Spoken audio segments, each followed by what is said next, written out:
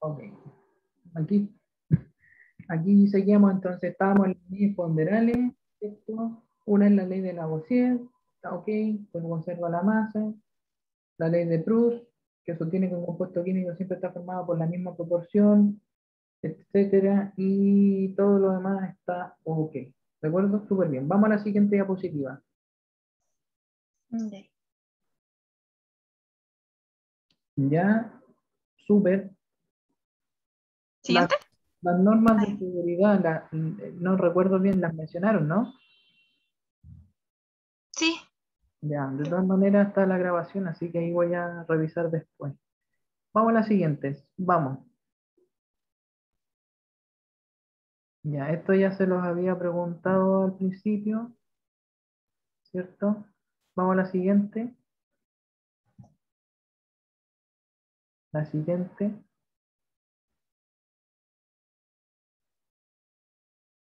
La siguiente. Listo.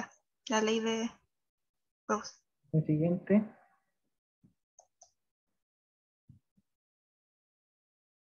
Ya.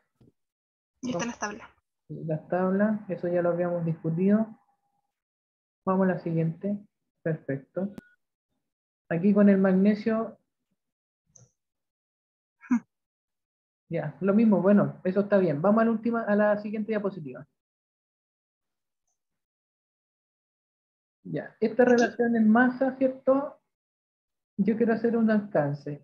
¿Ustedes con esas masas que obtuvieron en los experimentos podrían determinar o calcular los moles?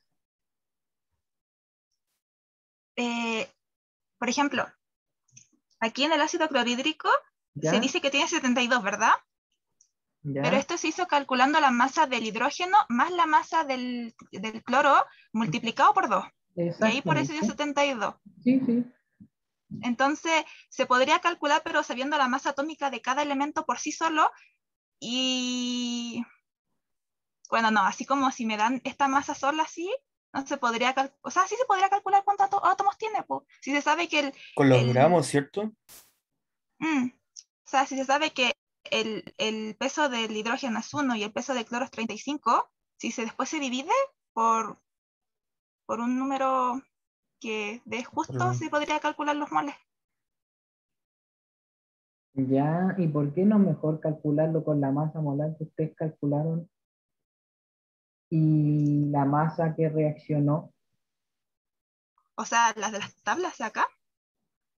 Claro, Sí, es que como aquella esta era como una relación que investigando decía de que la masa molar de los elementos también era como proporcional a la masa de los moles. O sea, era como lo mismo, pero era una comparación. de acuerdo. Miren, vamos a la tabla a la de atrás, solamente una diapositiva atrás. Eso. Ya, ustedes, por ejemplo, para el caso del magnesio, determinan que es 2,92 la relación masa de cloro-masa de magnesio. Sí. Y se podría calcular la relación molar, o sea, la relación molar, la relación en moles. Si se sabe los moles del magnesio, sí. O si sabe el elemento que reacciona, sí se podría calcular. Ya, pero es más simple que eso, chiquillos. ¿Sí? Ustedes lo hacen en función de las masas y determinan entonces que esta ley de Proust es correcta. ¿No es así? Sí. Perfecto. Y eso está súper bien porque la relación en la que ustedes ven abajo, masa de cloro dividido por masa de magnesio, ya es constante. Y eso entonces es siempre de esa manera, independiente de la cantidad de cloro, independiente de la cantidad de magnesio, que siempre están haciendo reaccionar entre ellos. En este caso, de ácido y de magnesio, ¿no? Mm. Ya. Si yo quisiera calcular entonces la relación molar, o de moles en verdad, no molar, la relación molar, ¿qué es lo que tendríamos que hacer? Mm. ¿Por qué les pregunto esto? Recuerden ustedes, ¿cierto? Recuerden ustedes que para poder hacer entonces una reacción química o calcular cuánto reaccionan de uno y el otro, ¿cierto? Lo que uno debe hacer es determinar los moles de ambos reactivos, en este caso del ácido clorhídrico y del magnesio, tal como lo tienen en la diapositiva siguiente, ¿ya? Con las masas. ¿Cómo se hace esto? Por ejemplo, vamos a ver.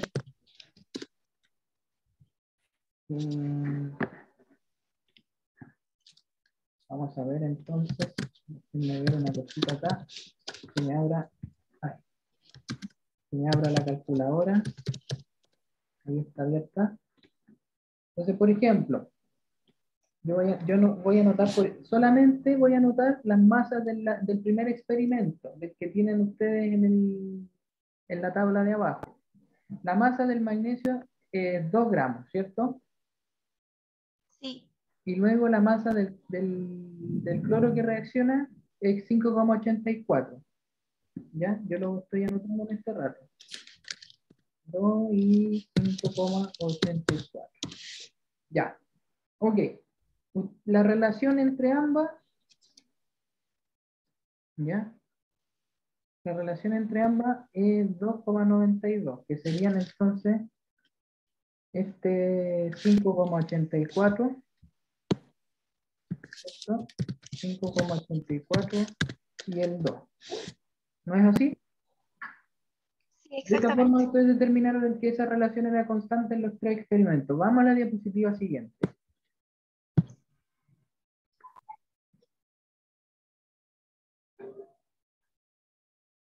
Ahí, ¿cierto?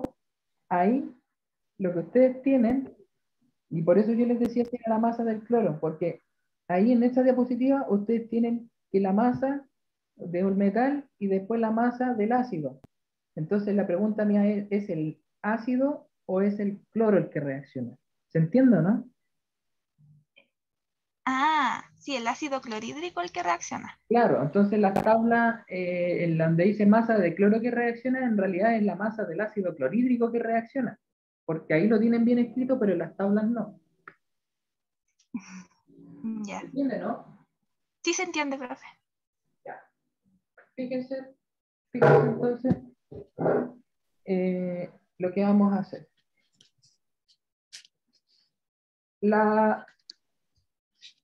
En el caso del magnesio, ¿ya? En el caso del magnesio,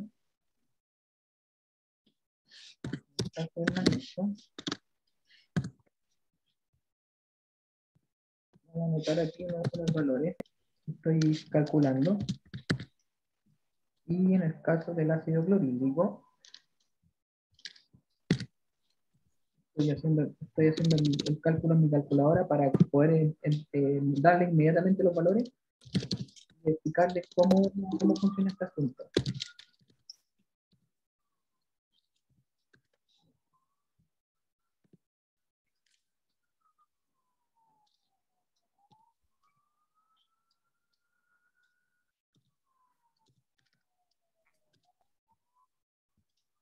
¿Ya?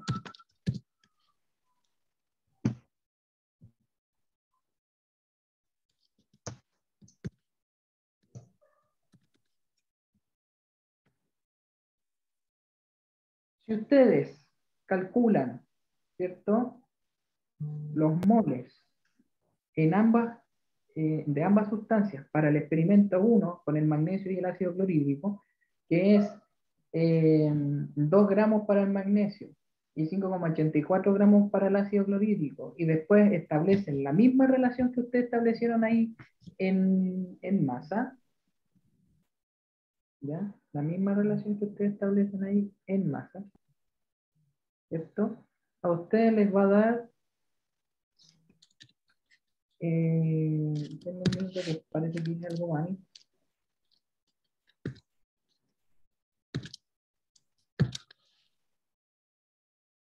Ya.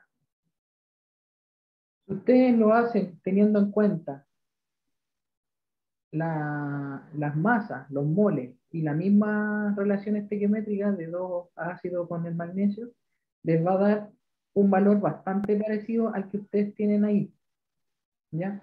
Incluso es más Sí. pequeño porque tienen que entender de que estamos dividiendo masas por las masas de las muestras que involucraban el experimento por su masa molar, ¿ya? Entonces, la masa aproximada que usted debería darle es 2,06. Ustedes tienen anotado ahí 2,92. Es una diferencia en decimales, pero como les digo, eso tiene que ver en que yo usé los moles y ustedes usaron las masas. Sin embargo, en la magnitud 2, o en este caso casi 3, es la misma, ¿ya? Por tanto, esta combinación obedece a el reordenamiento, ¿cierto? Podemos hacer esta reflexión al reordenamiento de los átomos de los compuestos que reaccionan, ¿cierto? Para formar los respectivos productos. Y este reordenamiento que se establece en números enteros pequeños o una relación sencilla de elementos, obedece entonces a la ley de Fick. Ustedes lo hicieron a partir de las masas, lo cual no está mal, ¿ya? Pero recuerden que siempre hay que trabajar con los moles. Solo le hago ese alcance. Y nada, pues eso, chiquillos, yo no tengo nada más que agregar, más que felicitarlos por la sincronización que ustedes tuvieron y la presentación que, que generaron al respecto. ¿Ya? A ver si me muestran la diapositiva siguiente y ya con eso estaríamos ok por hoy. Ya, las conclusiones me parecieron bastante bien, salvo la parte de que dijeron de que la hipótesis estaba medianamente comprobada, pero ya lo corrigieron, así que súper. Vamos a la siguiente. Ya, la estequiometría, no sé. Ya, perfecto. Esto de la estequiometría, esta parte de cómo ustedes lo entienden para su cassette funcional está súper bien.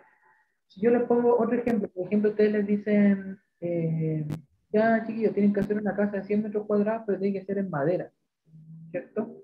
Ustedes, como ingeniero, tienen que calcular cuántos metros de madera van a usar, cuántos tornillos van a usar, cuántos clavos van a usar, cuántas planchas no sé, de internil o de revestimiento van a usar, cuántos metros cuadrados de suelo van a usar, etcétera, etcétera, etcétera, etcétera, ¿cierto?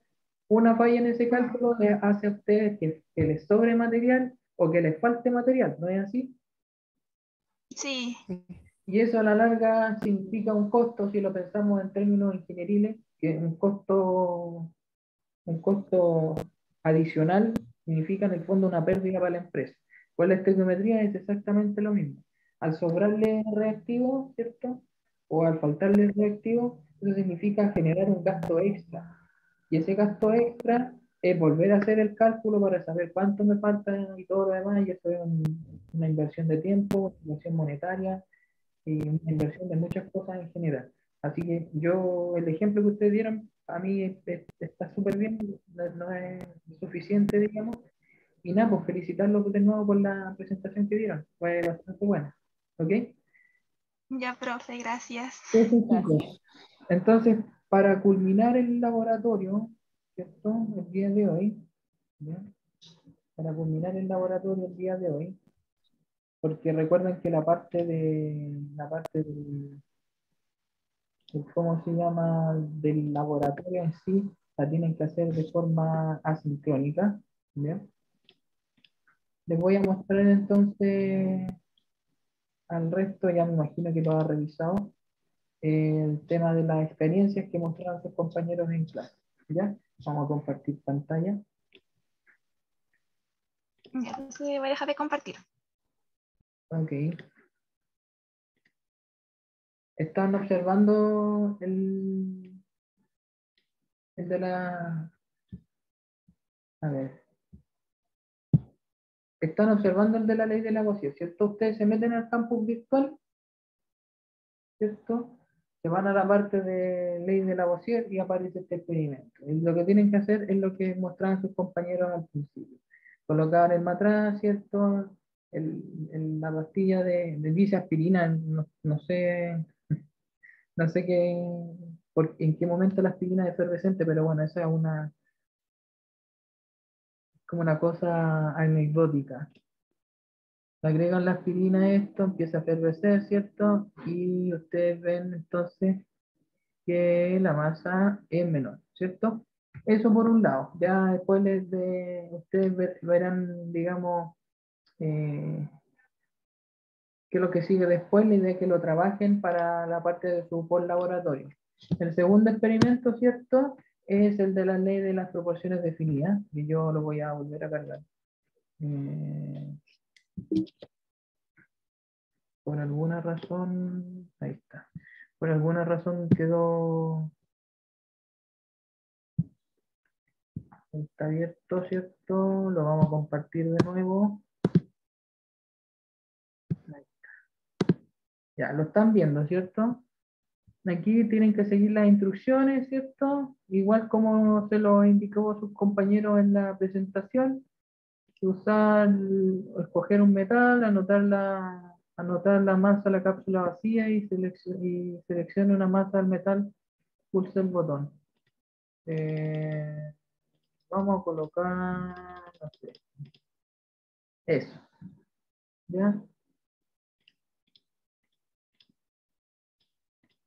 Y luego presionamos el botón, añadimos el exceso de disolución de ácido clorhídrico, este está reaccionando, y así sucesivamente. ¿Les queda alguna duda? ¿Algo que quisieran preguntar? ¿Algo que quisieran acotar al laboratorio del día de hoy?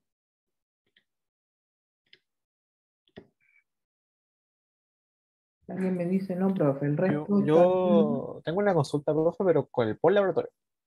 Cuénteme. Que, bueno, para el primero, para el del ensayo a la llama, bueno, con mi grupo por lo menos tuvimos bastantes dudas de cómo era como la estructura del post laboratorio. Yo creo que le mandamos un correo, pero no respondió al tiempo después de entregar. Entonces, no entendimos, porque cuando en el post laboratorio usted juntó como las instrucciones o lo que requería el post laboratorio, y no sabíamos si eso que puso se refería, si se confundió y puso como de la presentación, o si efectivamente era así el post laboratorio. Ya, a ver, de nuevo, Se perdió. porque esto ya se lo había repetido otra vez, para que les quede claro una vez más. Fíjense, se entregaba la V de Bowie, ¿ya? La V de Bowie. Luego, sobre el mismo archivo, con extensión PDF, se colocaban los anexos que eran los resultados esperados, tablas si fuera necesario, cálculos si fuera necesario, etcétera, etcétera, etcétera. ¿Ok? Y en el mismo documento, en extensión PDF, se coloca el acta de reuniones. Y eso es todo. No hay más. Lo demás, eso de la introducción, que no sé qué, que no sé cuánto, es para la gente que hace la presentación y para el tema del prelaboratorio. Lo que pasa es que ese documento no lo realicé yo. Me lo envió el coordinador del laboratorio y yo tengo que subirlo, ¿no? ¿Ya?